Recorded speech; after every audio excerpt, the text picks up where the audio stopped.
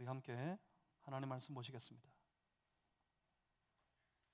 오늘 거룩한 주일 아침 함께 나누실 하나님 말씀은 구약성경 창세기 제12장 10절에서 13장 4절까지 말씀 함께 보시겠습니다. 제가 가지고 있는 성경책에는 구약성경 제15페이지에 있습니다. 창세기 12장 10절에서 13장 4절까지 말씀.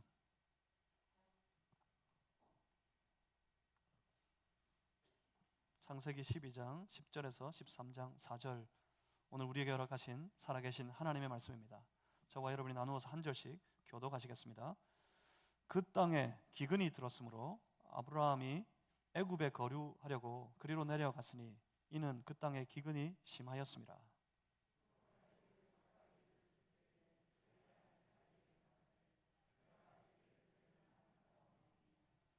애굽 사람이 그들을 볼 때 이르기를 이는 그의 아내라 하여 나는 죽이고 그대는 살리리니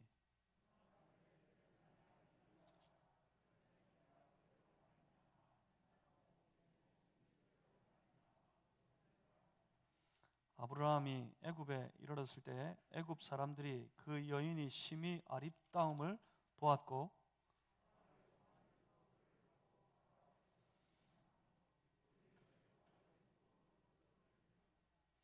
이에 바로가 그로 말미암아 아브라함을 후대함으로 아브라함이 양과 소와 노비와 암수 나귀와 낙타를 얻었더라.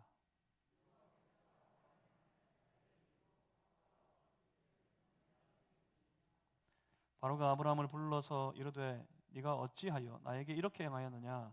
내가 어찌하여 그를 내 아내라고 내게 말하지 아니하였느냐?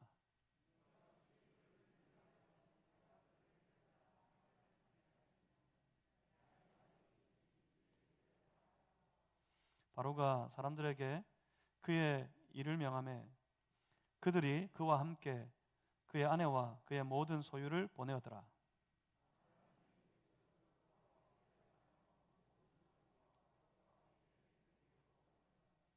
아브라함에게 가축과 은과 금이 풍부하였더라.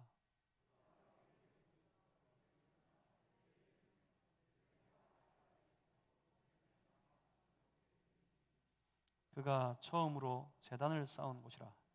그가 거기서 여호와의 이름을 불렀더라. 아멘.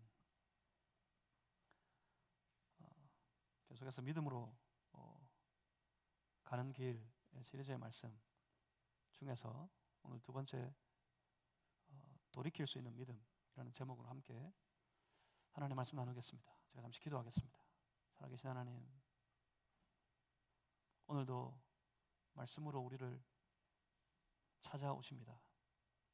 주의 얼굴을 보게 하시고 말씀 가운데 주를 대면하게 하시고 주의 음성을 듣게 하여 주시옵소서. 성령님, 우리 가운데 임하여 주사 우리로 선포되어진 하나님의 말씀 통하여서 하나님의 선한 뜻과 우리를 향하신 하나님의 선한 의도를 깨달아 알게 하여 주시옵소서. 그 말씀을 따라 살아갈 새 힘도 주시옵소서. 예수 그리스도 이름으로 기도하옵나이다. 아멘. 여러분, 무엇 가지고 사십니까? 여러분의 삶에는 어떤 소망하는 것, 어떤 바라는 것들이 있으십니까? 만약 그렇다면 그 소망과 그 바람 가운데 묻고 싶습니다. 여러분의 그 소망이, 여러분의 그 일생 바라는 것들이 하나님의 주시는 말씀과 어떤 관계가 있습니까?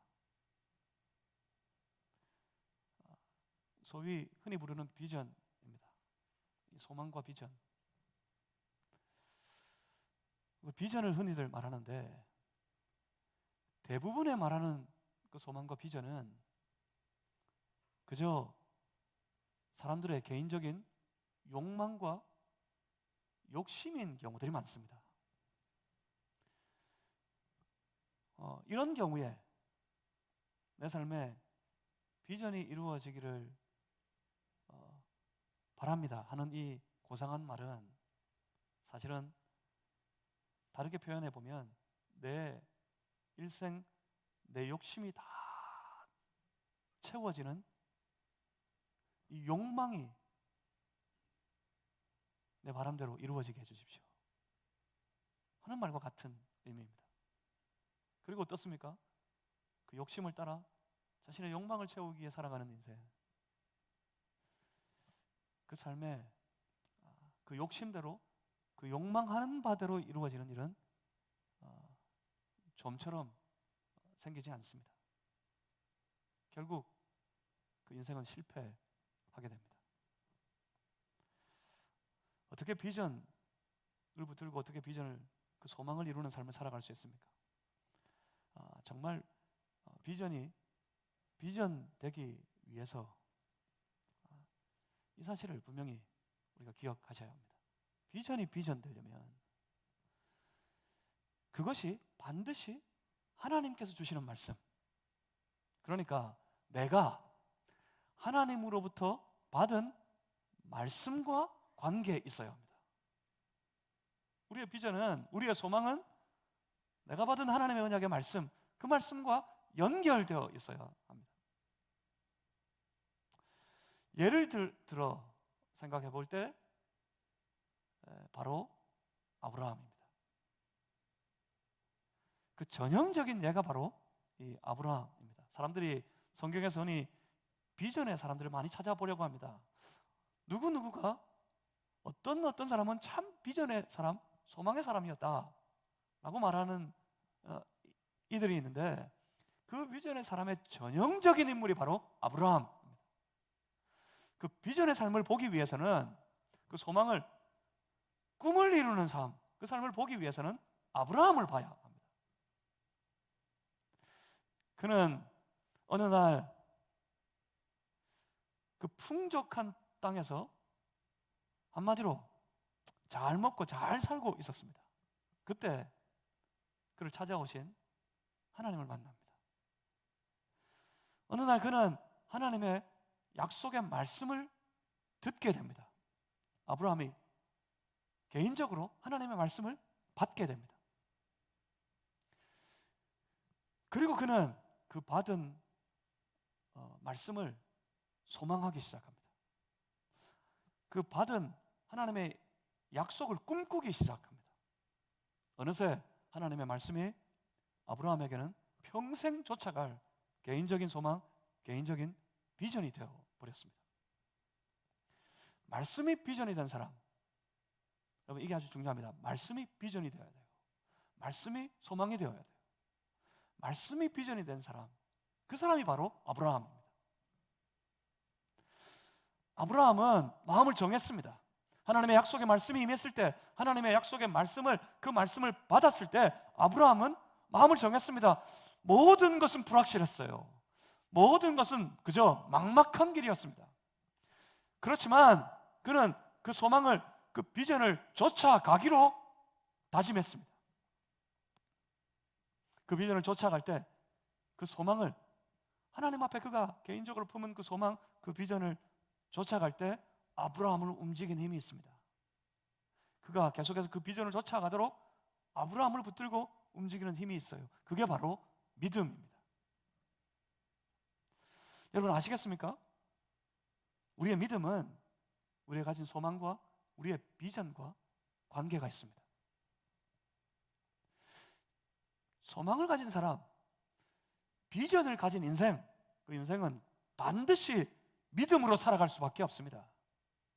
그 비전을 쫓아가기 위해서는 그 믿음이 작용할 수밖에 없습니다. 그러니 사랑하는 성도 여러분, 소망을 찾으시길 바랍니다. 비전을 찾으시길 바랍니다. 무엇을 통해서요? 말씀을 통해서요. 주시는 말씀을 받아서 그 말씀 가운데 비전과 소망을 찾으세요. 그리고 그 소망과 그 비전을 이루기까지 역사하시는 하나님을 믿으시길 바랍니다. 그래서 그 소망과 비전을 향하여서 나아가 보시길 바랍니다. 그 소망과 비전을 이루기 위해 걸어가 보시길 바랍니다. 아브라함이 그랬던 것처럼 말입니다. 그러면 하나님께서 일하실 겁니다. 그러면 보게 됩니다. 네, 비전의 소망을 향한 모든 여정 가운데 여전히 일하고 계신 하나님을 경험하게 됩니다. 아브라함이 그랬습니다. 아브라함이 하나님의 약속의 말씀을 받았어요. 큰 민족을 이루게 하겠다. 아브라함이 꿈꾸기 시작합니다. 하나님이 약속하신, 하나님 말씀하신 그 큰 민족에 대한 꿈, 그 민족에 대한 소망, 비전을 가슴속에 품었습니다. 뭐가 있다고? 아브라함에게 뭐가 있다고요? 아들 하나 없는데, 아직 청춘의 때가 아니었습니다.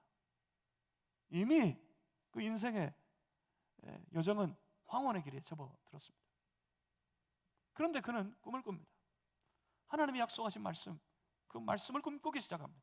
큰 민족에 대한 그 말씀 말입니다. 무엇 때문입니까? 믿었기 때문에. 누구를요? 그 말씀하시는 하나님을 믿었기 때문에. 그 믿음은 뭡니까? 말씀하신 대로 하나님은 반드시 이루신다. 그 하나님을 신뢰하는 믿음이었어요. 그 믿음 가지고 그의 마음속에 품은 그 꿈, 그 소망, 그 비전을 따라서 그는 갑니다. 하나님을 믿고 갑니다. 그 비전을 따라갑니다. 저 가나안으로 갑니다. 가나안에서 멈추지 않습니다. 하나님이 지시하는 땅, 저 남방으로, 그 네겝으로 향해 나아갑니다. 믿음의 여정이었습니다. 하지만 우리가 오늘 보게 되는 이 장면이 너무 중요합니다. 그 삶이 어떨까요? 하나님의 말씀이 있었어요. 그 말씀을 소망하기 시작합니다. 꿈꾸기 시작했어요. 비전을 가졌어요. 그 비전을 따라 믿음으로 갑니다. 그 길이면 승승장구, 형통해야 하지 않겠습니까? 그 길에서 믿음이 있는 사람이면 실수하지도 않고 실패하지도 말아야 하지 않겠습니까? 그런데 그렇습니까? 믿음이 정말 그런 걸까요? 믿음의 삶이 정말 그런 것일까요? 놀랍게도 그 삶에도 위기가 찾아옵니다. 놀랍게도 그 믿음의 사람도 실수합니다. 실패합니다. 여러분, 오해하시면 안 됩니다. 믿음이 있으면 이제 그 이후로는 결코 실수하지 않고 결코 넘어지지 않고 계속해서 일관되게 마치 기계처럼 믿음으로 살아갈 수 있느냐 하면 결코 그렇지가 않습니다. 문제는 위기가 찾아올 때입니다. 본문 12장 10절 말씀입니다. 그 땅에 기근이 들었으므로. 10절의 말씀을 한번 보십시오. 그 땅에 기근이 들었으므로 아브라함이 애굽에 거류하려고 그리로 내려갔으니 이는 그 땅에 기근이 심하였습니다. 저 네게브에 거주하고 있던, 저 가나안 땅에 머물러 있던 아브라함이 잠시 애굽으로 이주했던 적이 있었던 것 같습니다. 문제의 발단은 여기입니다. 이 애굽으로 가는 그 길에서부터 시작됩니다. 지금 그가 거주하고 있는 그 땅, 저 가나안 땅, 그 남방 지역에, 그 네게브 땅에 심한 기근이 있었습니다. 기근이 심해서 먹고 살 길이 묘연해졌어요. 그때 보이는 게 있습니다. 저 나일강이 흐르고 있는 애굽, 저 이집트가 보입니다. 그 풍족하게 흐르는 나일강의 물 때문에 애굽에는 여전히 아직 아주 풍요로운 풍부한 곡식이 있었습니다. 그래서 아브라함은 이 기근을 피하기 위해 애굽으로 갑니다. 애굽으로 들어갑니다. 여러분 생각해 보십시오. 거기 간 게 잘못일까요? 애굽에 간 게 잘못된 걸까요? 아브라함이 결코 거기서 정착해서 살겠다는 게 아닙니다. 애굽에 정착해서 살겠다는 것이 아니고 마치 잠시 피신하듯 애굽에, 이 위험한 데 애굽에 거주하겠다 하는 마음으로 가는 길이었습니다. 아니, 나중에 있는 일이지만 야곱의 때에는요. 야곱의 때에 어떻게 하셨습니까? 하나님께서 직접 야곱 찾아가셔가지고 그렇게 말씀하셨어요. 그렇게까지 말씀하셨어요. 네가 애굽에 가는 것을 두려워하지 마라. 심지어 뭐라고 하셨죠? 내가 같이 가겠다. 내가 함께 가겠다. 그러니까 지금 이 기근의 때 살기 위해 애굽으로 간 것, 그것만 가지고 아브라함의 잘못이라고 결코 말할 수는 없는 노릇일 것 같습니다. 그렇다면 뭘까요? 지금 아브라함은 이 길에 큰 위험을 만납니다. 기근의 위험을 피해서 애굽으로 가는데 애굽에서 더 큰 위험을 만납니다. 죽을 고비를 넘게 돼요. 무엇 때문에? 뭐가 잘못돼서 아브라함이 그 죽음의 고비를 겪을 만큼 무서운 위기에 빠지게 되는 것이겠습니까? 본문을 보기 전에 하란에서부터 출발해 지금까지 걸어왔던 아브라함의 모든 여정을 한번 우리가 잘 생각해 볼 필요가 있을 것 같습니다. 하란에 있을 때, 하란에서 잘 먹고 잘 살고 있을 때 그 하란을 떠났던 이유가 무엇 때문이었습니까?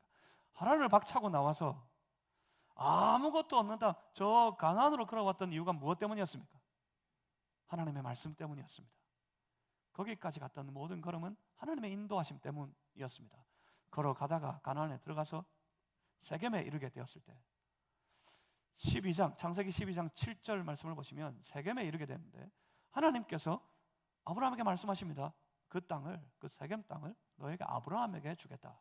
그렇게 약속하시며 말씀하십니다. 이걸 미루어 짐작해 볼 때 거기까지도 하나님의 인도하심, 하나님의 지시하심이 있었던 것 같고 그 인도하심을, 하나님의 그 지시하심을 쫓아서 가는 길이었습니다. 이후의 모든 여정도 마찬가지였습니다. 아브라함의 믿음을 돌아볼 때 아브라함은 철저하게 하나님께 묻고 하나님께서 인도하시는 대로 하나님께서 지시하심을 따라 한 걸음 한 걸음 진행해 나가는 그런 길이었습니다. 그런데 놀랍게도 지금은 애굽으로 가는 이 여정 속에는 보이지 않습니다. 전혀 그게 보이지 않습니다. 거기로 가는 길, 왜? 네게브에 있다가 왜 애굽으로 갔습니까? 왜 애굽으로 들어갑니까? 하란에 있다가 왜 가나안으로 왔죠? 하나님의 말씀 때문에 하나님의 인도하심을 따라였습니다. 네게브에 있다가 저 가나안 땅에 있다가 애굽으로 가는 길은 무엇 때문이었습니까? 본문 10절에서 말씀하는 것처럼 그 이유는 기근이 들었으므로 무엇 때문에요? 기근 때문에요. 기근 때문에. 지금까지 하나님의 은혜로 잘 왔지만 그곳에 갑자기 닥쳐온 심한 기근, 그 기근으로 인해서 굶어 죽을 것 같은 위험, 그 위기, 그 어려움 속에서, 그 어려움 때문에 아브라함은 하나님을 잊어버렸습니다. 하나님을 보지 못합니다. 삶이 고단하고 지친 나머지 하나님을 잊어버렸단 말입니다. 우리 그렇지 않습니까? 영적으로 그 육신의 삶의 고단함과 그 고통 때문에 영적으로 일시에 어두워져 버렸다고요. 영적으로 어두워지면 나타나는 아주 분명한 현상이 있습니다. 영적으로 어두워지면 그 어두움 속에서 하나님이 보이지 않아요. 하나님이 보이지 않으면 다시 뭐가 밝아지기 시작할까요? 하나님이 보이지 않으면 그때부터 뭐가 보이기 시작할까요?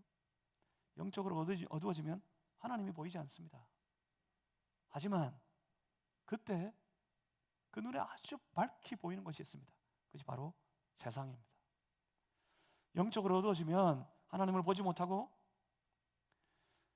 하나님을 보지 못하기 때문에 세상이 아주 선명하게 보입니다. 세상이 보일 때, 세상이 밝게 보일 때, 그때 세상의 길을 쫓아가게 됩니다. 세상의 길을 쫓아가다가 그 삶은 낭패에 빠지고 큰 실패를 경험하게 됩니다. 아브라함은 지금 그 큰 위기 속에서 살 길을 찾아야 했습니다. 기근이 심해서 먹고 살 길이 묘연해지니까 당연히 찾아야 했겠죠. 살 길을 찾아봐야 했을 겁니다. 마음으로 생각하고 고민했을 거예요. 내가 살 방도를 찾아야 될 텐데, 식솔들이 있지 않습니까? 자식은 없어도 아내와 조카와 함께 따르는 많은 식솔들, 그 식솔들이 있어요. 그들과 더불어 살아갈 방도를 찾아야 했습니다. 전에 같으면 살아갈 길을, 살 길을 찾아야 했을 때, 그가 영적으로 밝을 때 그의 눈에는 항상 하나님이 보였고, 살 길을 찾아야 했을 때 하나님이 보이면 어떻게 했을 것 같아요? 하나님이 보이면 하나님께 갔을 거예요. 하나님께 엎드렸을 거예요. 하나님께 구했을 거예요. 하나님, 내게 살 방도를 주십시오. 지금 먹고 살 길이 불편합니다. 하나님, 나를 구해 주십시오. 그렇게 하나님 앞에 엎드렸을 겁니다. 그런데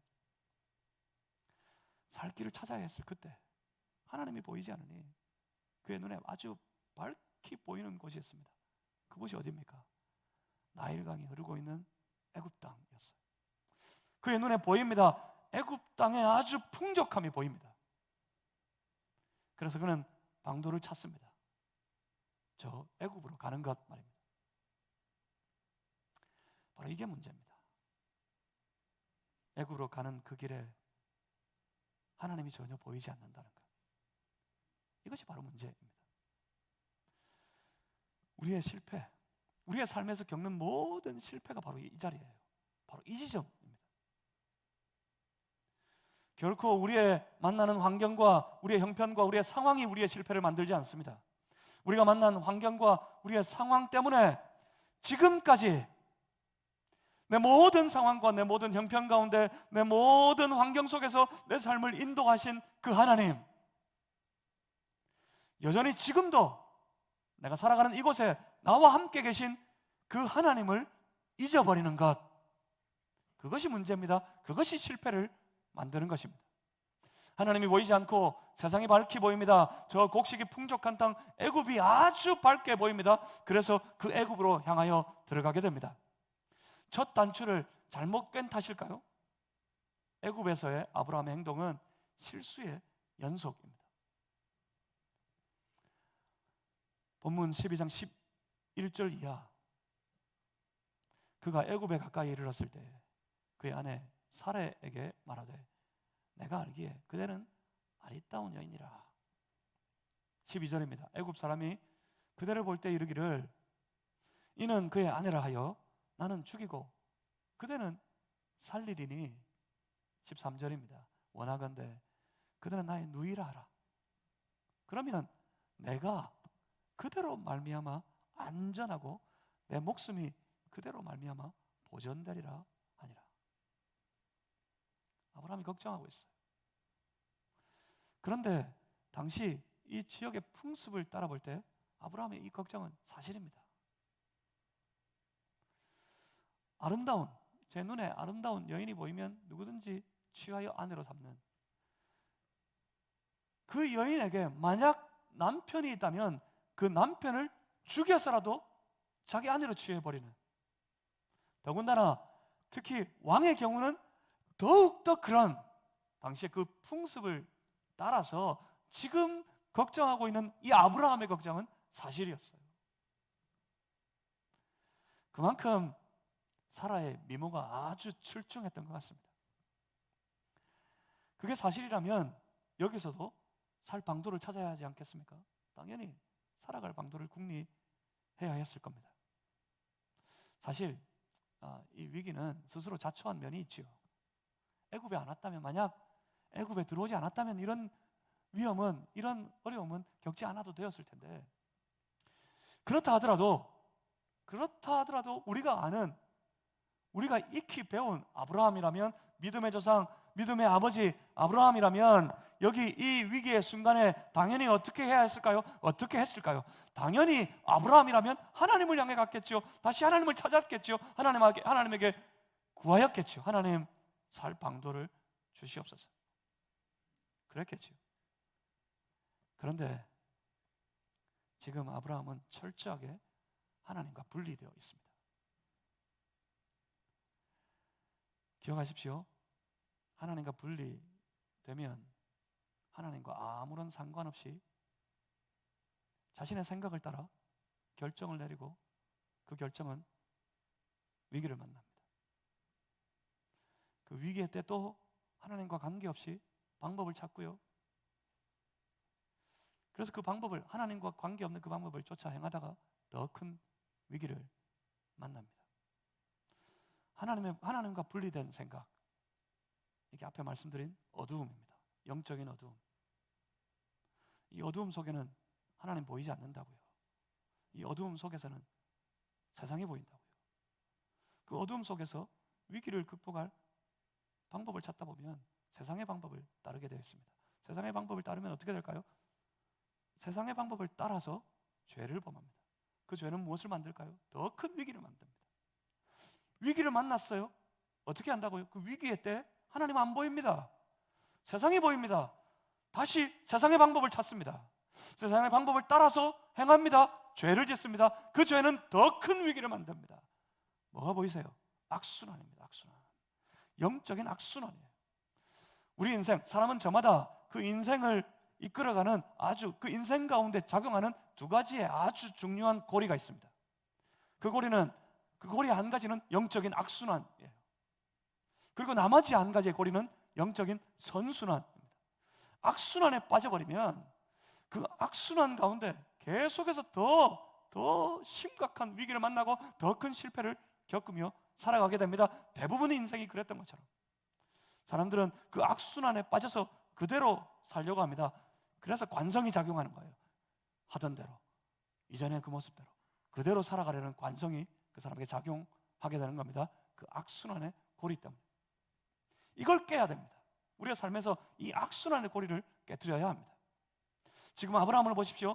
아브라함은 심지어 그 위기 속에서 사라를 훈련시킵니다. 이 위기 속에서 방법을 찾는 거예요. 방법을. 이 무서운 어려움 속에서, 큰 두려움 속에서 방법을 찾는 거예요. 그 방법은 하나님과 관계없어요. 그의 방법이 무엇이었습니까? 사라를 훈련시키는 것이었어요. 뭐라고요? 내 동생이라 해라. 나의 누이라고 하라. 그러면 내가 살 수 있을 것 같다. 13절 말씀을 다시 보십시오. 내가 그대로 말미암아 안전하고 내가 그대로 말미암아 내 목숨이 보존될 것이다. 정말 그랬습니까? 사라로 말미암아 아브라함이 여기까지 왔습니까? 그렇지 않습니다. 처음부터 지금까지, 처음부터 끝까지 아브라함의 인생은 하나님으로 말미암아였어요. 하나님으로 말미암아. 하나님으로 말미암아 그는 안전했고, 하나님으로 말미암아 그는 살았고, 하나님으로 말미암아 그는 승리했고, 하나님으로 말미암아 성공했고, 하나님으로 말미암아 그 자손이 큰 민족을 이루게 될 것입니다. 하나님으로 말미암아 살아왔다면 하나님으로 말미암아 살아갈 것입니다. 우리의 삶에 반드시 기억하고 내 마음속에 새겨 놓아야 할 것이 이겁니다. 우리 하나님의 백성들의 삶은 무엇으로 말미암아 산다고요?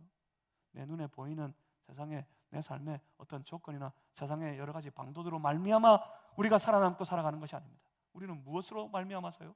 하나님으로 말미암아 살아가는 인생이 된 사람들, 그들이 바로 성도들입니다. 그들이 바로 하나님의 사람들이에요. 그래서 여러분, 반드시 우리의 삶에 이런 고백이 있어야 합니다. 하나님을 돌아보고 이렇게 고백할 수 있어야 합니다. 하나님, 내가 하나님으로 말미암아 여기까지 왔습니다. 그러니 남은 내 인생도 하나님으로 말미암아 내가 살아가게 될 것을 나는 믿습니다 하는 고백이 우리 안에 있어야 합니다. 하나님으로 말미암아 살아왔으니 남은 날도 나는 하나님으로 말미암아 살아가게 될 것을 나는 믿습니다 하는 고백이 여러분의 삶에 충만하시기를 주의 이름으로 축복합니다. 하나님으로 말미암아. 한번 따라합시다. 한번 따라하겠습니다. 하나님으로 말미암아. 사라로 말미암아가 아닙니다. 애굽으로 말미암아도 아닙니다. 무엇으로 말미암아? 하나님으로 말미암아. 한 번 더 따라하겠습니다. 하나님으로 말미암아. 애굽으로 들어간 이후에 벌어지는 모든 사건은 아브라함이 생각했던 그대로였습니다. 그 이후에 되어진 일들은 아브라함이 계획했던 대로 일이 되어집니다. 한번 보시겠습니다. 14절부터 16절까지 말씀. 아브라함이 애굽에 이르렀을 때 애굽 사람들이 그 여인이 심히 아리따움을 보았고 사라가 아주 미모가 출중했던 것 같아요. 그 생각대로였죠. 다 봤습니다. 15절 바로의 고관들도 그를 보고 바로 앞에서 칭찬함으로 사라의 미모를 칭찬했다고요. 칭찬함으로 그 여인을 바로의 궁으로 이끌어 들인지라. 아니나 다를까 바로가 사라를 취합니다. 16절입니다. 이에 바로가 그로 말미암아 아브라함을 후대함으로 아브라함이 양과 소와 노비와 암수 나귀와 낙타를 얻었더라. 누구로 말미암아? 사라로 말미암아 안전했어요. 사라로 말미암아 살아남았을 뿐만 아니라 사라로 말미암아 아주 부유해졌습니다. 생각한 대로 됐어요. 계획한 대로 일이 이루어집니다. 그래서 기쁩니까? 그래서 잘 되었을까요? 이 일이? 생각한 대로 되어서 좋아야만 하는 걸까요? 한번 돌아보겠습니다. 굶어 죽지 않으려고 애굽에 왔어요. 애굽에 왔다가 입에 풀칠 할 만큼은 되었습니다. 입에 풀칠은 할 수 있게 되었습니다. 그런데 안에 빼앗기고 그 매일매일의 삶은 조마조마한 삶이었어요. 들킬까봐, 그의 거짓이 들킬까봐, 발각이 될까봐 조마조마하며 살아갔습니다. 과연 이게 잘된 일일까요? 애굽에 와서 부유해져서 좋아해야 될까요? 만약 지금 들키게 되면, 바로에게 지금 들키게 되면, 애굽에서 바로는 거의 신과 같은 존재였는데 그에게 이 사실이 들키게 되면 아브라함은 바로 죽음이에요. 아브라함뿐입니까? 사라도 죽음이에요. 그의 모든 함께했던 일족이 다 멸족될 겁니다. 더 무서운 위기를 만나게 된다고요. 큰 위기에 처했습니다, 지금. 하지만 이것보다 더 큰 문제는 만약 이대로 사라가 애굽의 왕의 후궁으로 계속 살아간다면 처음 하란에서 아브라함을 불러내실 때 주셨던 하나님의 약속의 말씀, 하나님의 뜻, 하나님의 계획은 이제 다 삽시간에 물거품이 되고 말 것입니다. 그래서 이제 하나님이 급하십니다. 하나님이 다급해지셨어요. 본문 12장 17절 말씀입니다. 여호와께서 아브라함의 아내 사레의 일로 바로와 그 집에 큰 재앙을 내리신지라. 이때 바로에게 들켰어요. 바로가 아브라함을 불러서 묻고 따집니다. 왜 그랬냐고, 나에게. 분명히 아브라함이 잘못했습니다. 그리고 그 잘못 가운데 발각이 됐어요.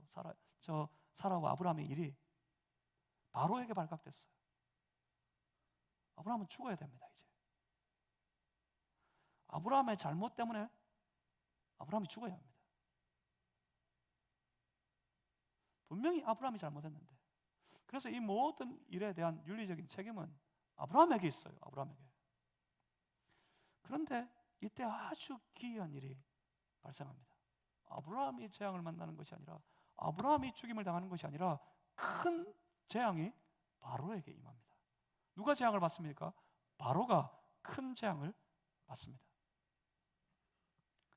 여기서도 봅니다. 성경은 윤리교과서가 아니에요. 성경은 도덕책이 아닙니다. 성경은 하나님의 선하신 뜻을 따라 우리에게 주시는 하나님의 말씀입니다. 성경을 볼 때 우리가 조심해야 되는 게 이겁니다. 성경을 쫓아서 갈 때 무엇을 봐야 한다고요? 성경을 아무데나 딱 잘라가지고 억지로 거기서 어떤 교훈을 찾으려고 하면 안 됩니다. 그러면 이해 안 되는 데가 너무 많아요. 지금 아브라함의 이 장면처럼 말입니다.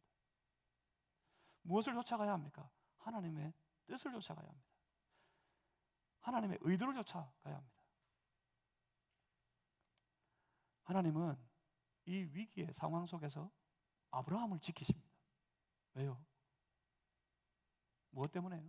만약 여기서 무너져 버리면 하나님의 뜻이, 하나님의 계획이, 그 뜻과 계획을 따라 아브라함에게 주셨던 하나님의 그 약속, 그 언약이 다 무산돼 버릴 것이기 때문에 사라가 없어지면 아브라함에게는 이삭도 없습니다. 이삭이 없으면 하나님의 계획도 없습니다. 하나님이 이후에 그러셨어요. 이삭을 통하여서라야 내 씨라 인정할 것이고, 이삭을 통해서라야 무슨 말입니까? 이스라엘이 있을 것이라고 하나님이 말씀하셨어요. 만약 이대로 사라가 없어지면 이삭도 없는 겁니다. 하나님은 하나님의 그 하신 언약을 이루기 위해서라도 아브라함을 지키셔야만 했습니다. 사라를 지키셔야만 했습니다. 바로 이 장면이 우리가 오늘도 말씀을 붙들고 살아야 되는 이유입니다. 하나님은 말씀을 이루어 가시는 분이세요. 하나님은 그 말씀을 이루시기 위해 역사하시는 분이세요. 하나님은 그 말씀 붙들고 있는 사람을 지키시는 분이십니다. 이게 우리가 말씀 붙들고 살아야 되는 이유입니다. 우리가 말씀 붙들고 살아가는 하나님의 사람이 된다면 하나님께서는 그 말씀을 위해서라도 우리를 지키실 겁니다. 우리를 인도하실 겁니다. 우리의 삶 가운데 말씀을 이루시도록 다 역사해 주실 것입니다. 사랑하는 성도 여러분, 오늘도 주시는 말씀, 그 약속의 말씀 붙잡고 말씀 따라 살아가는 믿음의 신실한 사람들이 다 되시기를 주님의 이름으로 축복합니다.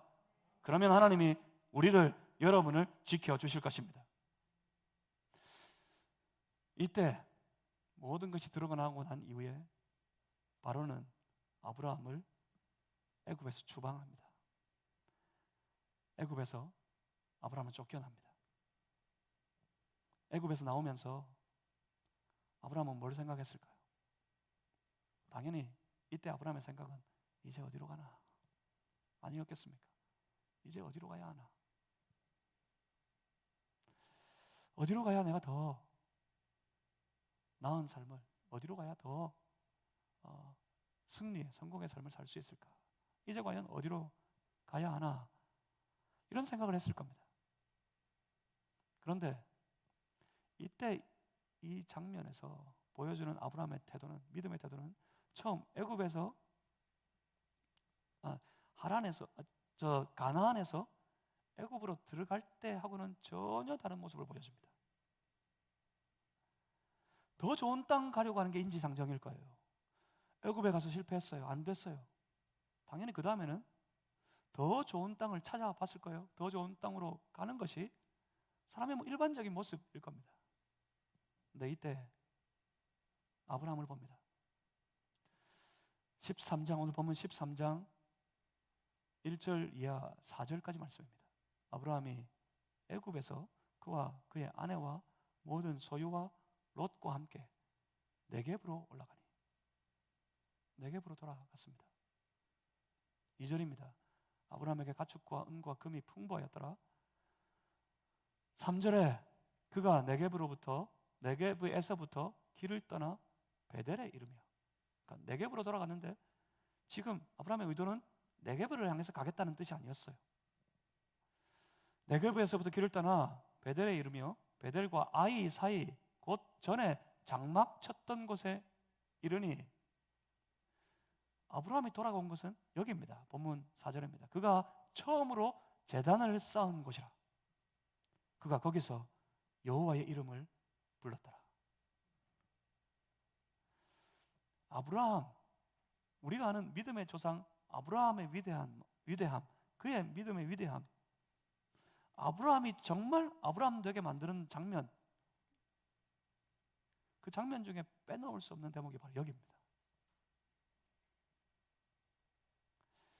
그의 실패, 아브라함의 실패는 아브라함으로 하여금 다시 하나님을 바라보게 만들었습니다. 실패의 자리, 그래서 넘어져서 쓰러져 버린 그 인생의 바닥, 거기가 사실은 실패가 아니었어요. 바닥이 아니었어요. 만약 그 실패의 자리에 다시 하나님을 볼 수 있다면 그 자리는 승리의 시작입니다. 승리의 출발입니다. 오히려 믿음이 있다는 말, 이 말을 오해하시면 안 됩니다. 믿음이 있다는 말은 실수를 하지 않는다 하는 말이 아닙니다. 믿음이라는 것은 오히려 실수하고 난 이후에, 실패를 겪고 난 이후에 어떻게 하느냐, 그때 그 모습으로, 그 행동으로 구별되는 겁니다. 믿음 없다는 것은 실수하고 실패하고 난 다음에 실수하고 실패하고 나서도 계속 실수했던 대로 실패한 그때 그 모습 그대로 계속 살아가는 것, 계속 그대로 행하는 것, 그것이 믿음 없음을 이루는 말입니다. 사람은요, 그냥 하던 대로 하고 싶은 관성이 있다고요. 믿음이 있으면 어떻게 될까요? 믿음이 있다는 말은 무슨 말입니까? 믿음이 있으면 실수하고 실패하고 난 다음에 돌이킬 수 있습니다. 믿음은 돌이킬 수 있는 용기입니다. 믿음이 뭐라고요? 돌이키는 용기라고요. 아브라함은 돌이켜서 처음 하나님 앞에 단을 쌓았던 그곳으로 돌아갑니다. 거기서 그는 다시 하나님의 이름을 부릅니다. 이게 어떻게 가능했을까요? 영적으로 어두운 가운데 있을 때 그 삶에는 영적인 악순환의 고리가 작동하기 시작한다 했어요. 어두우면 하나님 안 보입니다. 하나님 안 보이면 세상이 보입니다. 세상에서 방법을 찾아요. 세상의 방법을 따라서 살아갑니다. 그래서 죄에 빠집니다. 죄는 더 큰 어려움을 만듭니다. 다시 세상을 봅니다. 방법을 찾아요. 죄를 지어요. 더 큰 위기를 만나요. 이 영적인 악순환에 빠져버립니다. 이 고리에서 좀처럼 빠져나오지 못합니다. 그냥 그대로 살아갑니다. 실수하면 실수한 대로, 실패하면 실패한 대로 그냥 그대로 살아요. 그냥 그대로 합니다. 그냥 그대로 하는 것이 좋은 줄 알아요. 그런데 그때 믿음이 작동하면 이 고리가 깨집니다. 믿음은 돌이킬 수 있는 용기입니다. 아브라함에게 어떻게 이 일이 가능했다고요? 아브라함, 그의 삶을 지탱하고 있는 것, 그의 삶을 붙들고 있는 것이 여전히 하나님을 향하는, 하나님을 신뢰하는 믿음이었기 때문에 그렇습니다. 하나님을 신뢰하는 그의 믿음이 자신의 실수와 실패의 자리에서 돌아보게 만들었어요. 그때 그 자리에서 다시 하나님을 바라보게 만들었어요. 하나님을 향하여 돌이켜서 다시 하나님을 부르도록 만들어 버렸습니다. 그 믿음이요. 믿음으로 자신의 삶을 완전히 그 실패의 자리에서 새롭게 하도록 만들어 버렸습니다. 그 믿음이요. 무슨 말입니까? 그의 믿음이 그의 삶에 작용하고 있는 그 영적인 악순환의 고리를 깨뜨려 버렸다고요. 깨뜨려 버렸어요. 어두워져서 위기 가운데 전혀 하나님을 보지 못하고 세상을 보고 세상을 쫓아가다가 세상의 방법을 따르다가 죄를 짓고 더 큰 위기를 만나고 다시 세상 보고 세상 취하고 죄를 짓고 이 악순환의 고리, 악순환의 삶의 고리를 깨뜨려야 되는데 이 위기의 때에 오히려 이 고리를 깨뜨리도록 아브라함에게는 믿음이 있었더란 말입니다. 믿음이 작용했단 말입니다. 믿음이 그 고리를 깨뜨려 버리면 그 삶은 영적인 선순환으로 다시 진입하게 만듭니다. 그 믿음으로 그 위기를 만났을 때 영적으로 밝아지면, 영적으로 선순환이 이루어지면 누구를 볼까요? 누구가 보일까요? 세상이 안 보입니다. 애굽이 보이는 것이 아닙니다. 더 나은 땅이 보이는 것이 아니에요. 누가 보입니까? 하나님이 보입니다. 그 위기의 때 하나님을 바라봅니다. 그러면 방법을 어디서 찾을까요? 하나님에게서 찾아요. 그 방법을 구하여서 하나님 앞에 나아가 하나님을 부릅니다. 하나님을 부를 때 하나님은 그에게 말씀을 주십니다. 그래서 그는 그 말씀을 따라가게 됩니다. 말씀을 따라가게 되면 누가 역사하십니까? 누가 작용하십니까? 하나님이 역사하십니다. 그 삶에 하나님이 작용하십니다. 하나님이 역사하시면, 하나님이 작용하시면 그 삶은 승리를 만듭니다. 그래요. 그 승리의 삶 속에 다시 위기를 만날 때 그의 눈에는 하나님이 여전히 보입니다. 그래서 하나님을 부릅니다. 하나님이 말씀을 주십니다. 그래서 말씀을 따라갑니다. 뭐가 작용하기 시작한다고요? 영적인 선순환이 작용하기 시작한다고요. 믿음이 뭡니까? 믿음이. 이때 믿음은 뭘까요? 믿음은 돌이킬 수 있는 용기요. 믿음은 돌이키는 능력입니다. 실패한 그 자리에서 다시 또 내가 한번 스스로 살아보겠다고 하나님 없는, 하나님 아닌 다른 길을 쫓아서 나아가 삶을 헤매는 인생이 되지 말아야 하겠습니다. 바로 그 자리에서 돌이켜서 다시 하나님 바라보고 다시 하나님 부르고 다시 말씀 받고 다시 그 말씀 붙잡는 그런 믿음의 사람이 되어야겠습니다. 사랑하는 성도 여러분, 저는 오늘 이 말씀을 통해 여러분에게 도전하고 싶습니다. 여러분이 지금 어떤 삶의 자리에 어떤 형편 가운데 서 있는지 모르지만 이 형편이 만약 큰 어려움이고 큰 위기이라면 여러분 이때 돌이키십시오. 여러분 이때 돌아서시길 바랍니다. 어디로요? 하나님께로. 다시 부르시길 바랍니다. 누구를요? 하나님을요. 전에 하나님을 불렀던 바로 그 자리로 나아가서 하나님 만났던 바로 그 자리에 서서 하나님 때문에 감격했던 그 감격을, 그 기쁨을 다시 회복하실 수 있기를 바랍니다. 그래서 돌이켜서 하나님 바라보고 하나님 부르며 하나님 주시는 말씀을 붙잡고 나아가는 믿음의 사람들이 다 되실 수 있기를 주님의 이름으로 축복합니다. 하나님 역사하실 겁니다. 하나님 인도하실 겁니다. 이게 살 길입니다. 우리의 살 길입니다. 믿음이 뭐라고요? 믿음은 실패의 자리에서 돌이키는 거예요. 돌이키는 용기입니다. 하나님을 향하여서. 믿음은 다시 하나님을 부르는 용기입니다. 그때 승리가 시작됩니다. 살 길이 열립니다. 돌이켜 오늘도 하나님을 바라보고 하나님을 부르는 우리 모든 믿음의 사람들, 그래서 승리의 삶을 살아가는 우리 모든 성도들 다 되시기를 다시 한번 주님의 이름으로 축복합니다. 기도하겠습니다. 살아계신 아버지 하나님, 우리 안에 역사하여 주셔서